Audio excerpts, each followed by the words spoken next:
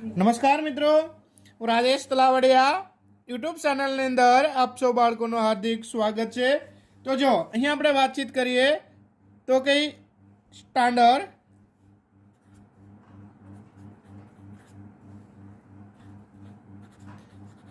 12 science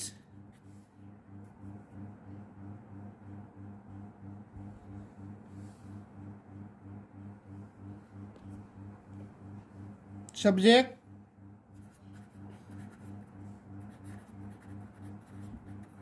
physics unit number 1. આજનો આપણો video lecture number છે બાળકો 11. કેટલામાં છે? 11. અને આજનો આપણો ટોપિક બને છે સમાન બાહ્ય ક્ષેત્રમાં મૂકેલ ડાયપોલ. હું કહીશું સમાન બાહ્ય ક્ષેત્રમાં. હું કહીશું સમાન બાહ્ય ક્ષેત્રમાં મૂકેલ. હું કહીશું મૂકેલ ડાયપોલ. ઠીક છે બાળકો? તો અહીંયા આપણે જે છે આ ટોપિક વિશે છે એ આપણે અભ્યાસ કરવાનો છે. હવે આ ટોપિકની અંદર તમને પ્રશ્ન કઈ રીતે પૂછાય છે? તો કે પ્રશ્ન તમને આ રીતે પૂછાય છે બાળકો, તો કે સમાન બાહ્ય વિદ્યુત ક્ષેત્રમાં સમાન બાહ્ય વિદ્યુત ક્ષેત્રમાં મૂકેલા વિદ્યુત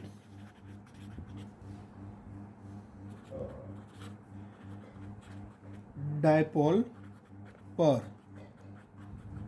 લાગતું, હું કહીશું લાગતું ટોર્કનું સૂત્ર મેળવો. હું કહીશું ટોર્કનું છે એ આપણે સૂત્ર મેળવવાનું છે. તો અહીંયા આપણે જે છે એ આપણે પહેલી વસ્તુ આપણે એમ કહી શકાય કે એક આપણે ડાયપોલ વિચારીએ. જે ડાયપોલ છે આપણે શું કહીશું ધન અને શું કહીશું ઋણ. તો જો અહીંયા આપણે એક ડાયપોલ વિચારીએ. ધારો કે અહીંયા તમારે કોઈ એક ધન વિદ્યુત બાર છે, અથવા તો પહેલાં અહીંયા ઋણ વિદ્યુત બાર લો. અહીંયા તમારે શું છે ધન વિદ્યુત બાર છે. આ તમારે એક થઈ ગયું ડાયપોલ. ઠીક છે? અહીંયા તમારે આને તમે ડ્રો કરો લંબ. અહીંથી અહીંયા ખૂણો જે છે એ થીટા. ઠીક છે? આનું બળ તમારે -QE વિદ્યુત બળ નીચે તરફ, આનું તમારે ધન વિદ્યુત બાર છે એનું પ્લસ તમારે QE વિદ્યુત છે એ તમારે ઉપરની તરફ, આ બાજુ તમારે ધન વિદ્યુત બાર. ઠીક છે? તો અહીંયા તમારે વિદ્યુત ક્ષેત્ર છે જેને હું કહ્યું E. ઠીક છે? આ બંને વચ્ચેનું તમારે અંતર હું લઈ લેવાનું છે એ લઈ લો. અહીંયા તમે શું કરશો P, અહીંયાથી તમે આમ. ઠીક છે? તો આ રીતે તમે એક વિદ્યુત ડાયપોલ છે એ તમારે આકૃતિ છે તમારે ડ્રો કરવાની છે. ધન વિદ્યુત બાર અને ઋણ વિદ્યુત બાર. અહીંયા તમારે -QE જેટલું વિદ્યુત બળ અને અહીંયા તમારે +QE જેટલું તમારે વિદ્યુત બળ. તો અહીંયા તમે એમ કહી શકશો કે આકૃતિમાં દર્શાવ્યા અનુસાર એક કાયમી વિદ્યુત ડાયપોલ પર +Q વિદ્યુત બાર અને માઇનસ તમારે Q વિદ્યુત બાર છે અને તેની ડાયપોલ મોમેન્ટ તમારે શું લેવાની છે P છે. અને તેને બાહ્ય વિદ્યુત ક્ષેત્ર તમારે શું થાય છે ઈમાં તમારે શું છે મૂકેલો છે. તો અહીંયા ટૂંકમાં તમારે એમ કહેવાનું છે બાળકો, એક તમારે +Q વિદ્યુત બાર અને એક તમારે શું કહેવાનું છે -Q વિદ્યુત બાર તમારે છે. તથા એની તમારે ડાયપોલ મોમેન્ટ શું કહેવાની છે? ડાયપોલ મોમેન્ટ તમારે શું લેવાની છે P સદિશ. અને તેને બાહ્ય વિદ્યુત ક્ષેત્ર, હું કહીશું બાહ્ય વિદ્યુત ક્ષેત્ર ઈની અંદર તમારે શું છે મૂકેલા છે. તો વિદ્યુત ક્ષેત્ર ઈમાં +Q વિદ્યુત બાર પર લાગતું બળ તમારે શું થાય છે? તો કે +Q વિદ્યુત બાર છે એની ઉપર તમારે લાગતું બળ છે તમારે શું કહેવાનું છે? તો કે E વિદ્યુત બળ છે તમારે F પ્લસ, જે તમે શું કહીશો ઇક્વલ ટુ પ્લસ તમારે QE લેવાનું છે. અને -Q વિદ્યુત બાર પર લાગતું બળ તમારે F ઇક્વલ ટુ શું કહીશો માઇનસ, અહીંયા તમારે શું લેવાનું છે માઇનસ, તમારે શું લેવાનું છે -QE તમારે લેવાનું છે. ઠીક છે? તો કે વિદ્યુત ક્ષેત્ર ઈમાં શેની અંદર? તો કે વિદ્યુત ક્ષેત્ર તમારે શું કહેવાનું છે E.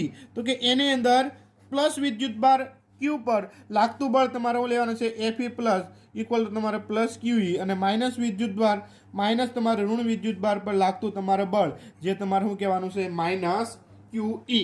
તો આ તમારે જે છે એ તમારે બળ લાગે છે. તો અહીંયા આપણે એમ કહી શકાય તો કે આ બંને બળ છે એ તમારે વિરુદ્ધ ક્ષેત્રની દિશામાં તમારે છે. શું કહેશો? વિરુદ્ધ ક્ષેત્રની તમારે દિશામાં છે. જે તમારે આ બળ છે એ તમારે શું કહેવાનું છે? વિદ્યુત ક્ષેત્ર ઈ ની શું છે? દિશામાં છે. આ તમારે જે બળ છે એ વિદ્યુત ક્ષેત્ર તમે શું કહેશો? ઈ. તો કે આ બળ જો આ બળ અને આ તમારે વિદ્યુત ક્ષેત્ર અને આ બળ બંને એક જ દિશામાં છે. તો અહીંયા તમારે કહેવાનું છે જે વિદ્યુત ક્ષેત્રની શું છે? દિશામાં છે. શું છે? જે વિદ્યુત ક્ષેત્રની શું છે? દિશામાં છે. અને આ જે બળ છે એ તમારે વિદ્યુત ક્ષેત્ર શું કહેશો? ઈની તમારે શું છે? વિરુદ્ધ છે. શું છે? ઈની તમારું છે વિરુદ્ધ છે. ઠીક છે. તો ડાયપોલ પર લાગતો હવે આપણે શું જોઈએ? પરિણામી બળ. શું જોઈશું? ડાયપોલ પર લાગતો આપણે શું જોઈશું? પરિણામી બળ. ઠીક છે. તો હવે જો શું કહેશો કે ડાયપોલ પર લાગતું શું કહેશો? તો કે ડાયપોલ પર લાગતું તો આપણે શું લેવાનું છે? કુલ બળ. શું કહેશો? તો આપણે એવું કહીશું બાળકો તો કે ડાયપોલ પર લાગતું શું કહેશો? ડાયપોલ પર લાગતું આપણે શું કહીશું? કુલ બળ. જે આપણે કુલ બળ શું છે? તો કે કુલ બળ F ઇક્વલ ટુ F સદિશ ઇક્વલ ટુ F પ્લસ સદિશ માઇનસ તમારે પ્લસ તમારે માઇનસ. ઠીક છે. તો અહીંયા આપણે શું છે? તો કે અહીંયા તમારે QE સદિશ પ્લસ અહીંયા આપણે શું કહીશું? તો કે માઇનસ તમારે QE સદિશ. તો આનું તમારે પરિણામી શું થઈ જાય? શૂન્ય. તો અહીંયા આપણે એવું કહી શકશો કે બંને બળો જુદા જુદા બિંદુએ લાગે છે, તેથી ડાયપોલ પર શું થાય છે? ટોર્ક લાગે. શું કહીશો? બંને બળો છે એ તમારે જુદા જુદા બિંદુએ લાગે છે. શું કહીશો? આ બંને બળો. શું કહીશો? આ બંને બળો. શું કહીશો? આ બંને બળો કે જુદા જુદા બિંદુએ લાગે છે, તેથી ડાયપોલ પર શું થાય છે? ડાયપોલ પર ટોર્ક લાગે. શું થાય છે બાળકો? ડાયપોલ પર ટોર્ક લાગે છે. ઠીક છે. ડાયપોલ પર તમારે શું થાય છે બાળકો? ટોર્ક લાગે. જ્યારે કુલ બળ શૂન્ય હોય ત્યારે ટોર્ક ઉગમ બિંદુ પર આધારિત નથી. તો કે આપણે શું કહીશું? તો કે ટોર્ક ઇક્વલ ટુ શું કહીશું? તો કે ટોર્કનું શું લેવાનું છે? મૂલ્ય. ઠીક છે. ઇક્વલ ટુ શું કહીશું? તો કે એક બળનું મૂલ્ય એને ગુણ્યા શું કહીશું? બે બળો વચ્ચેનું લંબ અંતર.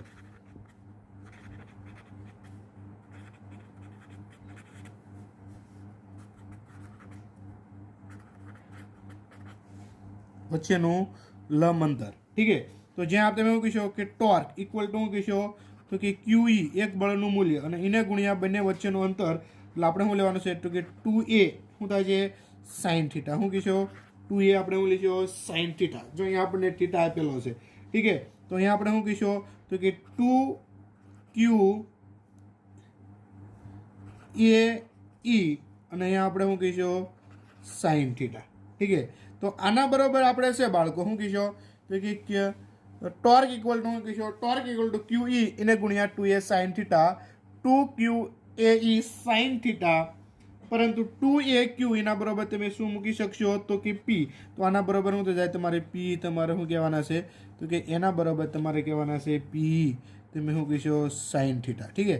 અહીંયા તમારે શું લેવાના છે? ટોર્ક.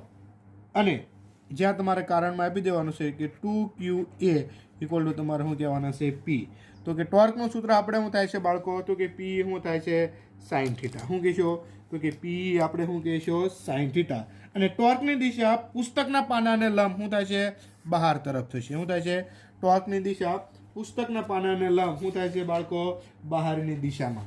તો અહીંયા ટોર્ક બરોબર તમારે P સાઇન થીટા. તેમનો સદિશ લખવો હોય તો ટોર્ક સદિશ ઇક્વલ ટુ શું થાય છે બાળકો? અને સદિશના સંદર્ભમાં લખો તો કે ટોર્ક ઇક્વલ ટુ તમારે શું થઈ જાય? P સદિશ ક્રોસ તમારે શું લેવાના છે? E સદિશ વડે તમારે દર્શાવાય છે. જો આ ટોર્ક ડાયપોલ વિદ્યુત ક્ષેત્ર એના સમાંતર બનવાનો તમારે પ્રયત્ન કરે ત્યારે P અને E સમાંતર બને ત્યારે ટોર્ક શું થઈ જાય? શૂન્ય. જો વિદ્યુત ક્ષેત્ર સમાન ન હોય તો પરિણામી બળ તમારે શૂન્ય ન હોય.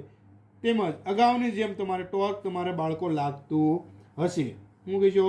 ટોર્ક છે એ તમારે લાગતું હશે. સમાંતર હોય શું કહીશો? P અને શું કહીશો? P સદિશ એટલે કે વિદ્યુત ડાયપોલ અને E આ બંને તમારે શું હોય? સમાંતર હોય. બરાબર. તો ટોર્ક તમારે શું થઈ જાય? કે ટોર્ક તમારે શું થઈ જાય બાળકો? શૂન્ય. તો અહીં ટોર્ક બરાબર તમારે શું થાય છે? પી સાઇન થીટા જે તમારે અગત્યનું છે એ તમારે સૂત્ર છે.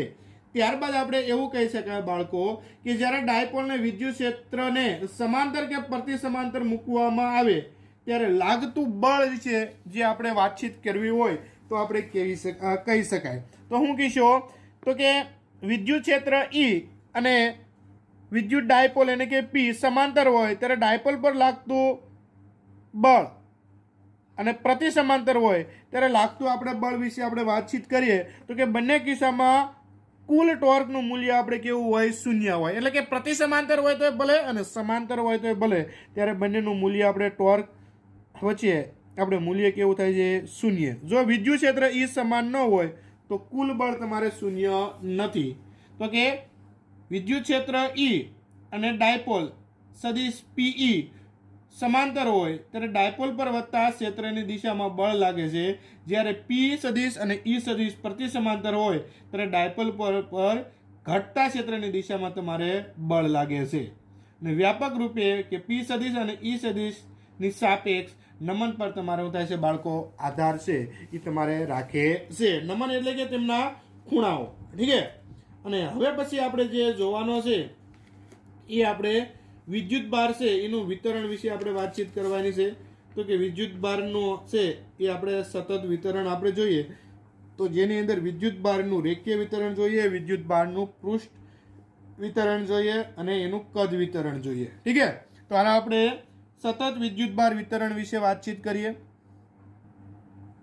તો જો હવે આપણે ટોપિક લઈ હું કહીશું તો કે સતત વિદ્યુત ભાર હું લેવાનું છે વિતરણ લેવાનું છે. હું કહીશું સતત વિદ્યુત ભાર હું કહીશું વિતરણ. હું કહીશું તો કે સતત વિદ્યુત ભાર વિતરણ. હું કહીશું સતત વિદ્યુત ભાર વિતરણ. હું કહીશું સતત વિદ્યુત ભાર વિતરણ જેની અંદર આપણે 3 પાર્ટમાં છે એ આપણે બાળકો ડિવાઈડ કરવાનું છે. તો કે પહેલી વસ્તુ આપણે જોઈએ તો હું કહીશું તો કે રેખીય વિદ્યુત ભારનું વિતરણ. હું કહીશું રેખીય વિદ્યુત ભારનું વિતરણ.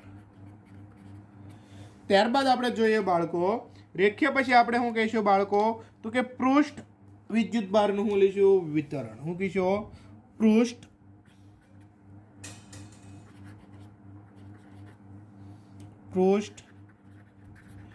વિદ્યુત ભાર હું કહીશું વિતરણ. ત્યારબાદ આપણે બાળકો વાતચીત કરીએ તો એમ કહી શકાય કે કદ વિદ્યુત ભાર વિતરણ. હું કહીશું કદ વિદ્યુત ભાર વિતરણ. તો અહીંયા પહેલા આપણે જોઈએ તો કે રેખીય વિદ્યુત ભાર વિતરણ. તો કે રેખીય વિદ્યુત ભાર વિતરણમાં આપણે એવું કહી શકાય કે કોઈ રેખા પર સતત પથરાયેલા વિદ્યુત ભારને વિદ્યુત ભારનું રેખીય વિતરણ કહે છે.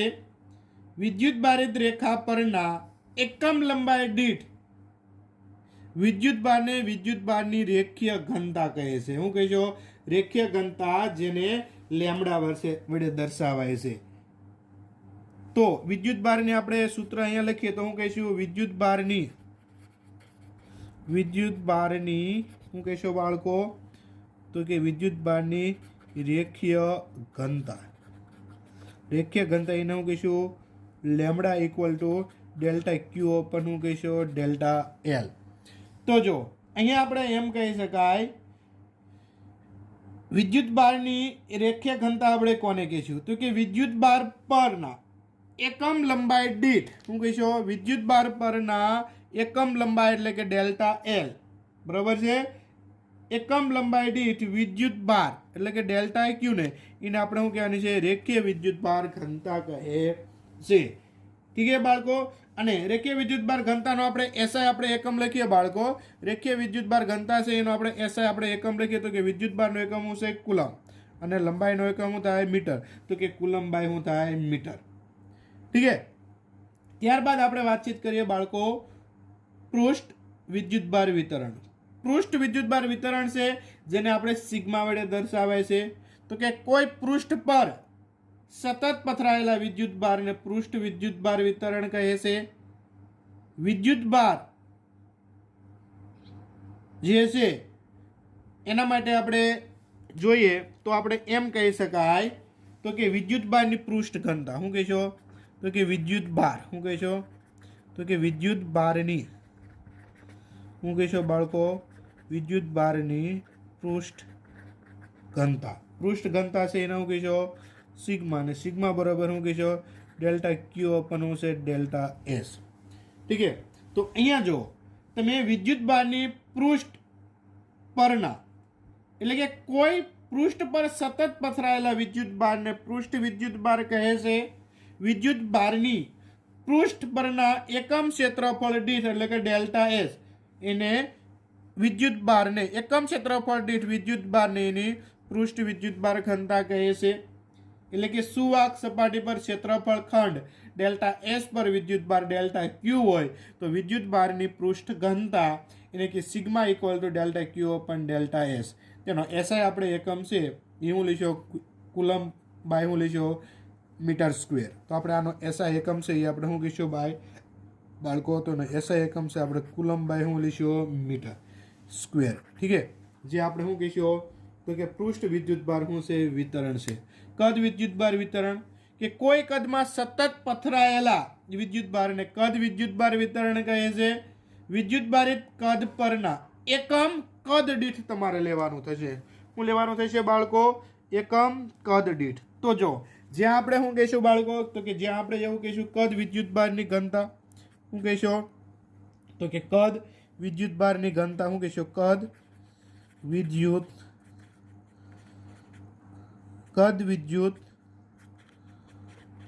ભારની શું કહીશું ઘનતા કદ વિદ્યુત ભારની ઘનતા એટલે શું કહીશું રો એના બરાબર શું કહીશું ડેલ્ટા ક્યુ અપન શું કહીશું ડેલ્ટા વી।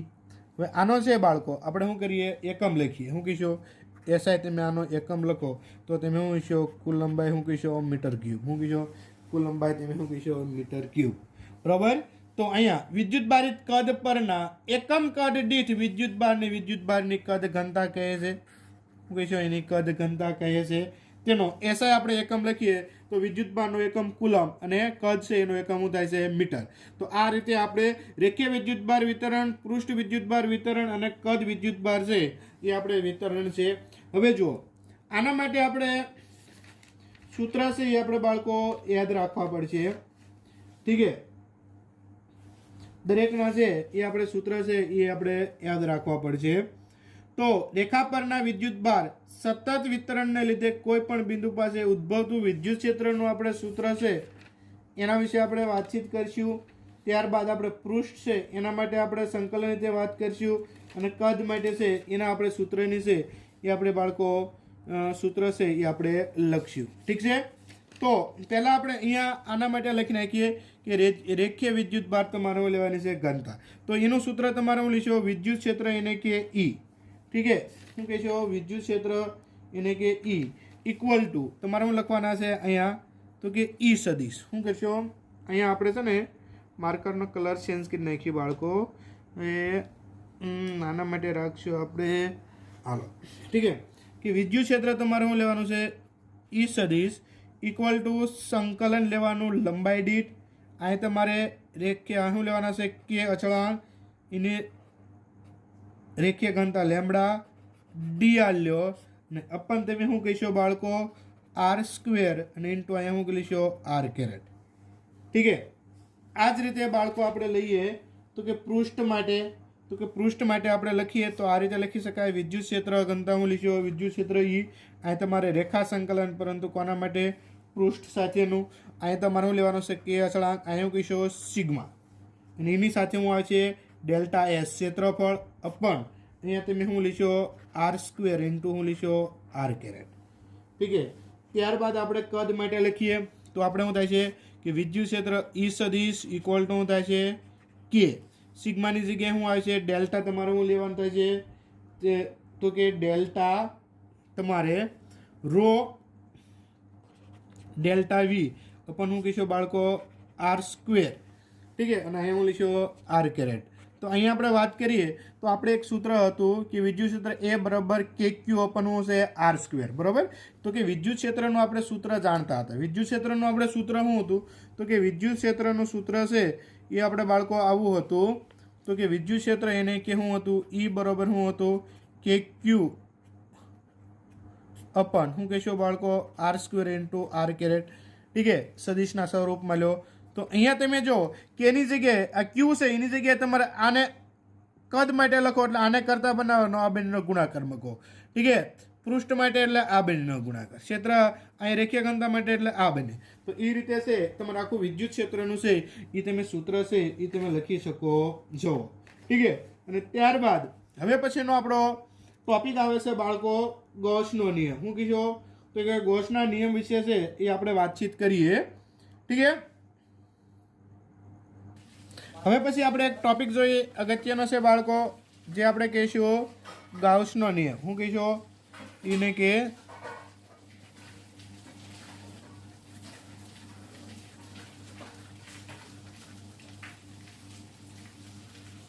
ગૌસનો નિયમ. ઠીક છે, તો અહીંયા આપણે ગૌસના નિયમની આપણે વાતચીત કરીએ તો એક આપણે ગોળો લઈએ.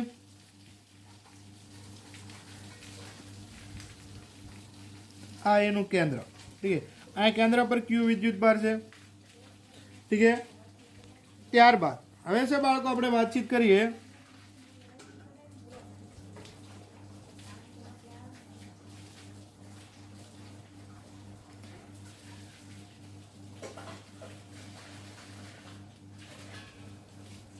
વિદ્યુત ક્ષેત્ર ઈ અને અહીંયા હું કહીશું ડેલ્ટા એચ.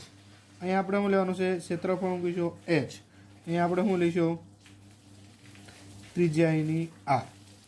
ઠીક છે બાળકો, તો અહીંયા આપણે એવું કહીશું કેન્દ્ર પર રહેલા બિંદુવત વિદ્યુત ભાર, કેન્દ્ર પર રહેલા બિંદુવત વિદ્યુત ભાર એને કે શું કહીશું? ક્યુ. આ જે છે આપણે બિંદુવત વિદ્યુત ભાર છે, કેન્દ્ર પર રહેલો વિદ્યુત ભાર એને હું કહીશું બિંદુવત વિદ્યુત ભાર. અને બિંદુવત વિદ્યુત ભારને ઘેરાતા આર ત્રિજ્યાનો એક ગોળો જે છે જે આપણે આકૃતિમાં દર્શાવેલો છે બાળકો. તો કે આ ગોળાને ઘણા સૂક્ષ્મ ખંડોમાં આપણે વિભાજિત કરો. એટલે કે આ ટાઈપના તમારે જે છે એ તમારે આખો એના સૂક્ષ્મ ખંડો લેવાના છે, જે સૂક્ષ્મ ખંડમાં વિભાજિત કરવાનો છે. અને તેમાંના એક ખંડ લેવાનો છે ડેલ્ટા એચ. શું કહેશો? એક આપણે સૂક્ષ્મ ખંડ આપણે વિચારશું બાળકો ડેલ્ટા એચ. અને આ ખંડમાંથી પસાર થતું આપણે વિદ્યુત ફ્લક્સ, એટલે પસાર થતું વિદ્યુત ફ્લક્સ જેને આપણે શું કહીશું? Delta phi. શું કહીશું બાળકો? Delta phi. અને ડેલ્ટા ફાઈ જે છે ઇક્વલ ટુ તમે શું લીધો બાળકો? તો કે ઈ સદિશ ઇન્ટુ શું કહીશો? ડેલ્ટા એસ સદિશ. ઠીક છે, આને તમે કેરેટ સાથે લખો એટલે તમારે શું થઈ જાય? તો કે સદિશ દૂર કરો એટલે ડેલ્ટા ફાઈ ઇક્વલ ટુ શું કહીશો? ઈ ડેલ્ટા એસ ઇન્ટુ શું કહીશું બાળકો? Cos theta. ઠીક છે, પણ અહીંયા આપણે એમ કહીશું જ્યાં આર સદિશ છે જેને હું કહીશું કેન્દ્રથી ક્ષેત્રફળ ખંડ તરફના ત્રિજ્યા સદિશની દિશામાંનો આપણે એકમ સદિશ લેતા અને આર કેરેટ એના બરોબર આપણે શું લઈશું? 1. પણ આની અંદર આપણે એવું બાળકો વાતચીત કરીશું કે કે બરોબર તમે શું લઈશો? સોરી, ઈ બરોબર તમે શું લઈશો? તો કે ઈ બરોબર અહીંયા આપણે કહીશું પણ ઈ બરોબર આપણે શું છે? પણ ઈ બરોબર આપણે જે છે એ એવું લઈ શકાય કે ક્યુ અપન શું કરીશું? R square. શું કહીશું? કે ક્યુ અપન આર સ્ક્વેર. તો અહીંયા ઈની જગ્યાએ છે એ આપણે શું મૂકીએ? કિંમત મૂકીએ એટલે શું કહીશું? Delta phi. ડેલ્ટા ફાઈ બરોબર શું કહીશું બાળકો? કે ક્યુ અપન શું કહીશું? R square. અને ઇન્ટુ અહીંયા શું કહીશું બાળકો? Delta S. અને ઈ અને ઈ સદિશ અને ડેલ્ટા એસ એક જ દિશામાં, એક જ દિશા શું કહીશો? એક જ દિશા માટે થીટા બરોબર શું લઈ લેવાના? 0. ને કોસ 0 એટલે શું થઈ જાય? 1. શું કહીશો? કોસ 0 એટલે શું થઈ જાય? 1. તો અહીંયા ફાઇનલ આપણને જે ક્ષેત્રફળ જે મળે છે એ આપણને ફાઇનલ ક્ષેત્રફળ આપણને આવું મળે છે કે ડેલ્ટા ફાઈ ઇક્વલ ટુ કે ક્યુ અપન શું કહીશો? કે ક્યુ અપન આર સ્ક્વેર અને ઇન્ટુ શું કહીશો? Delta S. ઠીક છે, હવે આવા ગોળામાંથી પસાર થતું કુલ ફ્લક્સ દરેક ક્ષેત્રફળ ખંડોને લીધે મળતા સરવાળા જેટલું હોય તો આ જે ક્ષેત્રફળ આપણે જે છે એનો આપણે શું કરવો પડશે? સરવાળો કરવો પડશે. આ જે આપણે ફ્લક્સ મેળવ્યું છે જે કોઈ એક સૂક્ષ્મ ખંડને કારણે છે એ આપણને છે શું હશે બાળકો? આપણને ફ્લક્સ મળ્યું છે. આવા આપણે કેટલા ખંડો લેવાના? તો કે ડેલ્ટા 5 છે એની જગ્યાએ 5 ઇક્વલ ટુ અહીંયા શું કરજો? સંકલનના સંદર્ભમાં એટલે કે સિગ્મા એટલે કે સરવાળો, તો કે ડેલ્ટા એસ ઇક્વલ ટુ શું કહેશો બાળકો? કે ક્યુ ઓપન શું કહેશો? આર સ્ક્વેર અને ઇન્ટુ અહીંયા શું કહેશો? Delta S. હવે જો આ ગોળો છે એને આપણે ગોળાનો દરેક ક્ષેત્રફળ ખંડ વિદ્યુત ભારથી સમાન આર અંતરે છે તો અહીંયા તમારે શું કહેવાનું છે? તો કે અહીંયા તમારે એમ કહેવાનું છે તો કે 5 છે એને આપણે આ રીતે લખી શકાય કે ક્યુ ઓપન આર સ્ક્વેર છે એને આપણે બહાર લઈ લેવી અને સિગ્મા ડેલ્ટા એસ ઇન્ટુ અહીંયા શું કહીશું? Delta H. ઠીક છે. તો આના બરોબર આપણે જે ટોટલ છે એના બરોબર આપણે શું મૂલ્ય મૂકી શકાય? આપણે એસ મૂલ્ય મૂકી શકાય છે. એના બરોબર આના બરોબર આપણે એસ. તો આપણે 5 બરોબર ફાઇનલ સૂત્ર શું થાય છે? તો કે 5 બરોબર કે ક્યુ અપન શું કહેશો? કે ક્યુ અપન શું કહેશો? આર સ્ક્વેર અને ઇન્ટુ અહીંયા આપણે શું લઈશું? એસ. શું કહીશું? ઇન્ટુ આપણે અહીંયા શું લઈશું? એસ. પણ એસ બરોબર આપણે શું લેવાના છે? તો કે 4 પાય શું લેવાના છે? R square. શું કહીશું? 4 પાય આપણે શું કહીશું? R square. જેનું આપણે લખાણ છે એ અહીંયા કરી. શું કહીશું? હવે જો તો કે 5 બરોબર કે ક્યુ અપન શું કહીશું? આર સ્ક્વેર ઇન્ટુ શું છે? એસ. પણ એસ બરોબર આપણે શું લેવાનું છે? તો કે 4 પાય શું કહીશું બાળકો? R square. બરાબર. આપણે આની અંદર કિંમત મૂકો તો 5 બરોબર શું થઈ જાય? તો કે ક્યુ અપન શું કહીશું? આર સ્ક્વેર અને એસ બરોબર શું થાય? 4 પાય શું કહીશું? R square. આર સ્ક્વેર જાય તો 5 બરોબર આપણને કેટલા મળે છે? તો કે 5 બરોબર 5 બરોબર આપણને મળશે કે 4 પાય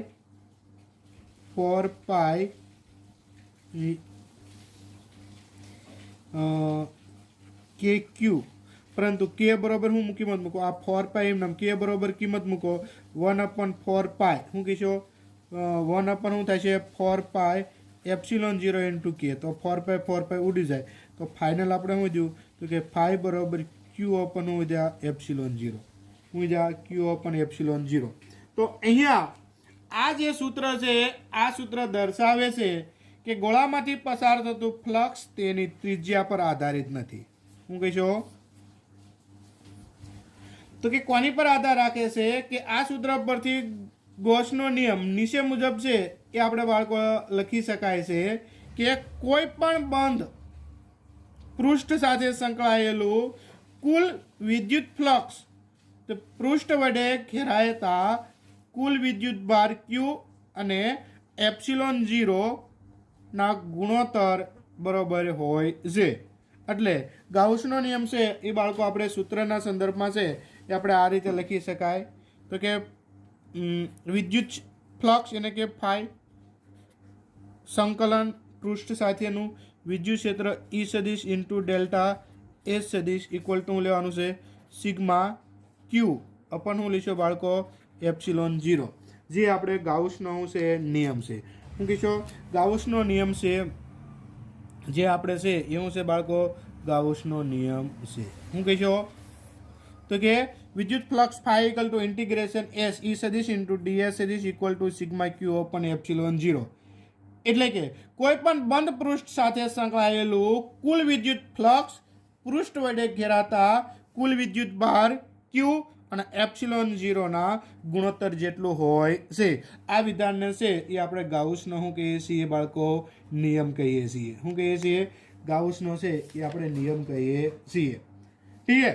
તો આ લેક્ચરની અંદર છે બાળકો આપણે અહીંયા સુધી આપણે રાખીએ અને હવે પછી આપણે નેક્સ્ટ આપણે લેક્ચરની અંદર આપણે ગાઉસના નિયમનો છે એ આપણે ઉપયોગ જોઈશું. ઠીક છે. હવે આ યુનિટની અંદર થિયરી માટે એકાદા લેક્ચરમાં છે એ આપણે બાળકો ક્લોઝ થઈ જાય છે. ઠીક છે. તો આ આજનો ટોપિક છે સૌથી અગત્યનો છે. થિયરી માટે ખાસ ધ્યાન રાખજો. તો આ લેક્ચરની અંદર છે એ આપણે અહીંયા સુધી રાખીએ. ઠીક છે. જય હિન્દ.